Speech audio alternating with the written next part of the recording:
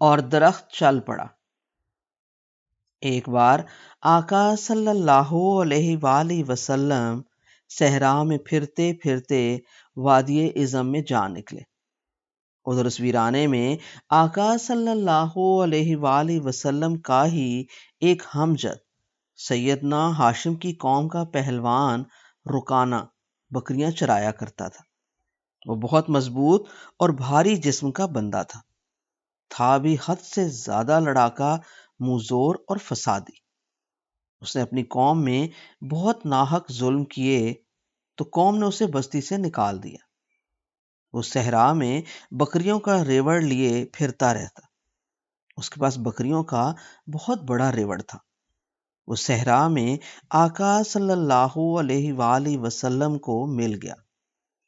آقا صلی اللہ علیہ وآلہ وسلم کا پیغام فلاح تو ہر ایک کے لیے تھا۔ اسلام کے اس الوہی پیغام میں تو توبہ بھی ہے۔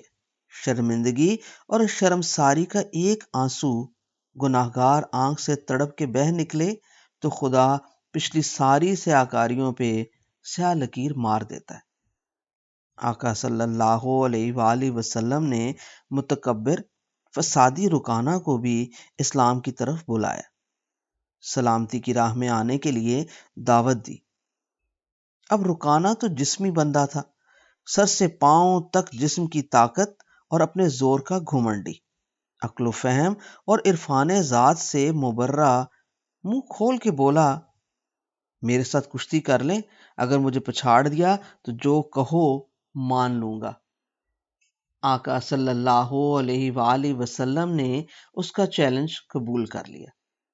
صحرا کی ریت پر وہ دیو ہیکل پہلوان رکانہ پنجے کھول کے بازو پھیلا کے آقا صلی اللہ علیہ وآلہ وسلم کے روبرو آ گیا۔ اس کے منہ سے جھاگ نکل رہی تھی، کانوں سے دھواں، آنکھوں میں نفرت کے شعلے اور پورے جسم میں اپنی قوت کا نشہ۔ آقا صلی اللہ علیہ وآلہ وسلم سراپا رحمت، کرم وجوہ اور چہرے پہ وہی چاند سی مسکراہٹ۔ کشتی شروع ہوئی۔ آقا صلی اللہ علیہ وآلہ وسلم نے اس کا ہاتھ پکڑ کے اسے ایک تنکے کی طرح ہوا میں اچھالا۔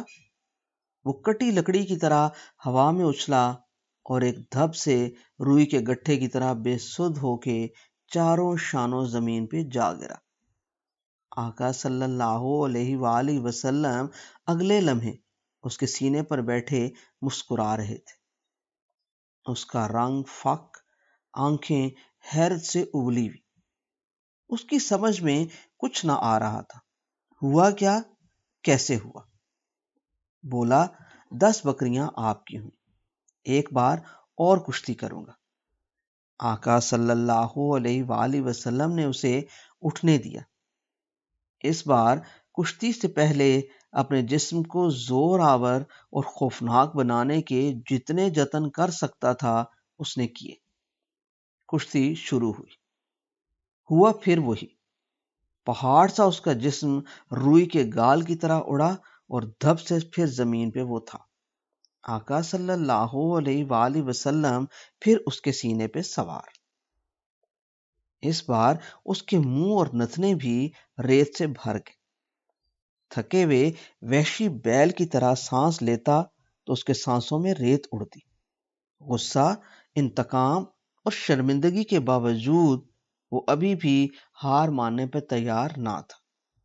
بولا، 20 بکریاں آپ کی ہو گئی، آخری بار اور، تیسری بار بھی ہاتھ جوڑی کروں گا۔ تیسری بار بھی وہی ہوا، پہاڑ اچھل کے ریت کا ذرہ ہو گیا۔ تیسری بار چت گر کے رکانہ سے اٹھنے کی ہمت نہ رہی۔ لیٹے لیٹے بولا، آپ جیت گئے۔ میرے بکریوں کے ریوڑ میں سے اپنی مرضی کی 30 بکریاں چن لیں۔ ہر کشتی پہ 10 بکریوں کی بات کی تھی میں نے۔ پھر خود ہی اپنے ریزہ ریزہ ہوئے پہاڑ جوڑوں کو جوڑ کے اٹھا اور اپنے ریوڑ سے بہترین 30 بکریاں نکال کے آقا صلی اللہ علیہ وآلہ وسلم کے پاس لے آیا۔ آقا صلی اللہ علیہ وآلہ وسلم مسکرائے. فرمایا رکانہ مجھے ایک بھی تیری بکری کی حاجت نہیں، میرا حاجت روا کوئی اور ہے. سب اپنے پاس رکھ، میں جو پیغام لے کے آیا ہوں اسے مان. رکانہ صحرا کی ریت پہ ایک چٹیل پتھر پہ بیٹھ گیا. پسینے سے اس کا بیل جیسا جسم شرابور تھا. ریت اس کے جسم پہ چپکی ہوئی تھی. ابھی تک اس کا سانس رواں نہ ہوا تھا، مگر اس کی آنکھوں میں حیرت کو کوئی سمت مل گئی تھی. بولا مانتا ہوں آپ کا خدا آپ کی مدد کرتا ہے، ورنہ مجھ سے پہاڑ آدمی کے ہاتھ میں ہاتھ دے کر کوئی آج تک مجھے پچھاڑ نہیں سکا. آج تک کسی نے میری پیٹھ زمین پر نہیں لگائی. آقا صلی اللہ علیہ وآلہ وسلم کے چہرے پر نور پہ چاند تبسم تھا. شاید کہا ہو اسی خدائے واحد کی طرف تمہیں بلا رہا ہوں. وہ تو ہر اس کا ہو جاتا ہے جو اسے اپنا واحد رب بنا لے. اسی کی وحدانیت کا اقرار کر لو. پہاڑ ہو کے کبھی کنکر بن کے نہ ٹوٹو گے، شجر کی طرح جیو گے، تنکے کی طرح نہ اڑو گے. رکانہ تیز تیز سانسیں لیتا ہوا اپنے پسینے سے تر بتر جسم سے ریت ہاتھوں سے جھاڑ رہا تھا. تھوڑی دیر چپ بیٹھا رہا. ذرا سانس درست ہوا، شرمندگی اور خجالت اڑی تو پھر اس کی آنکھوں میں پہلے والی شرارت اود آئی. بولا یہ طاقت تو مان گیا آپ کی، میں پہاڑ جسم پہلوان 3 بار پچھاڑا گیا، مگر کوئی اس سے بھی بڑا کرشمہ دکھائیں. کوئی اور بھی آ کے آپ کے خدا اور آپ کی رسالت کی گواہی دے تو میں بھی آپ کے خدا کی گواہی دے دوں اور آپ کو اس کا رسول بھی مان لوں. آقا صلی اللہ علیہ وآلہ وسلم نے اس سے دوبارہ وعدہ لیا. مان لو گے نا؟ مانوں گا، پہلے کرشمہ. کیا دیکھنا چاہتے ہو؟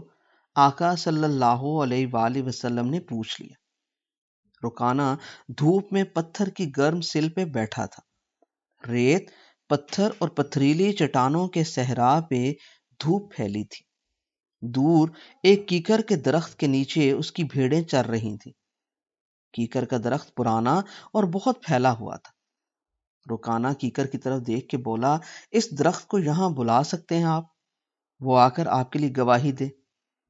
آقا صلی اللہ علیہ وآلہ وسلم نے اس کی بات سنی اور مسکراتے ہوئے اپنا رخ روشن کیکر کے اونچے مضبوط پھیلے درخت کی طرف کر کے خدا جانے محبت سے بلاوے کا کیا اشارہ دیا کہ زمین سرسرائی، بکریوں کا ریوڑ ہلا، صدیوں سے صحرا میں جمے پتھروں میں لرزہ آیا.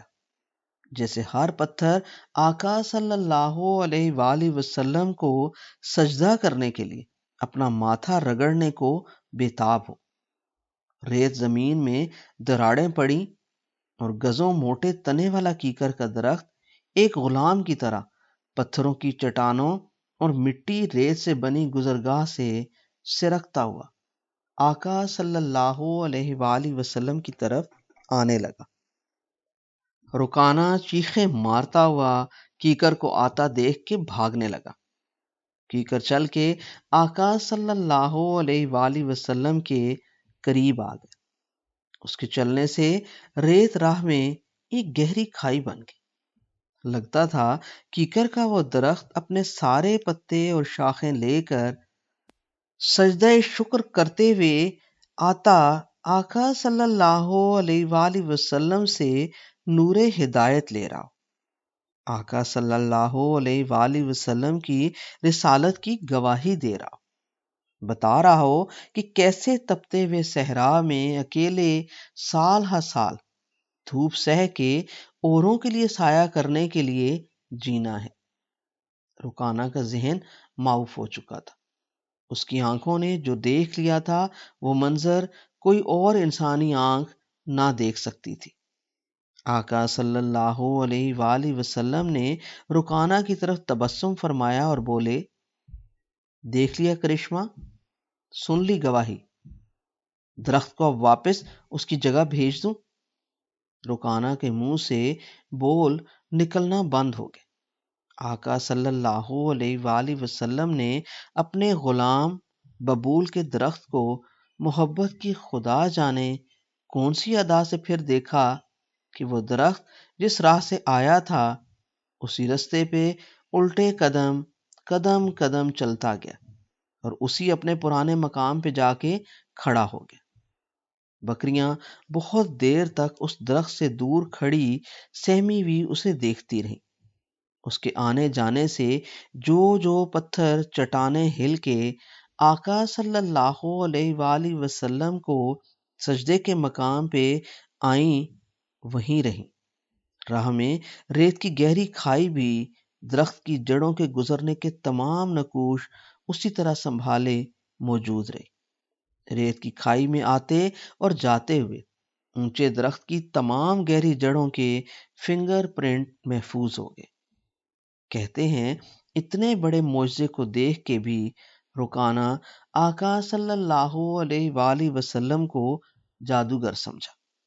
سمجھ جن کو آنن فانن آ گئی وہ مکہ سے 300 میل دور شمال میں یثرب کی بستی تھی، 600 میٹر کی بلندی پہ بلند، جس شہر کے شمال میں جبل احد اور جنوب میں جبل عیر، شہر کے مغرب اور مشرق میں عہد قدیم کے کسی آتش فشانی لاوے کا جمع ہوا سیاہ ہررا جو صدیوں کی دھوپ سے جل کے ایسے جگہ جگہ سے پھٹا ہوا تھا جیسے اس کی سطح پہ سیاہ لوہے کی تیز نوکیلی چھریاں ہوں۔ کہنے کو وہ اس شہر بے مثال کی غیر بلند حفاظتی دیوار تھی۔ ان دو پہاڑوں اور سیاہ ہرے کی چٹانوں کے درمیان لال سنہری مٹی ریت کا نخلستان تھا۔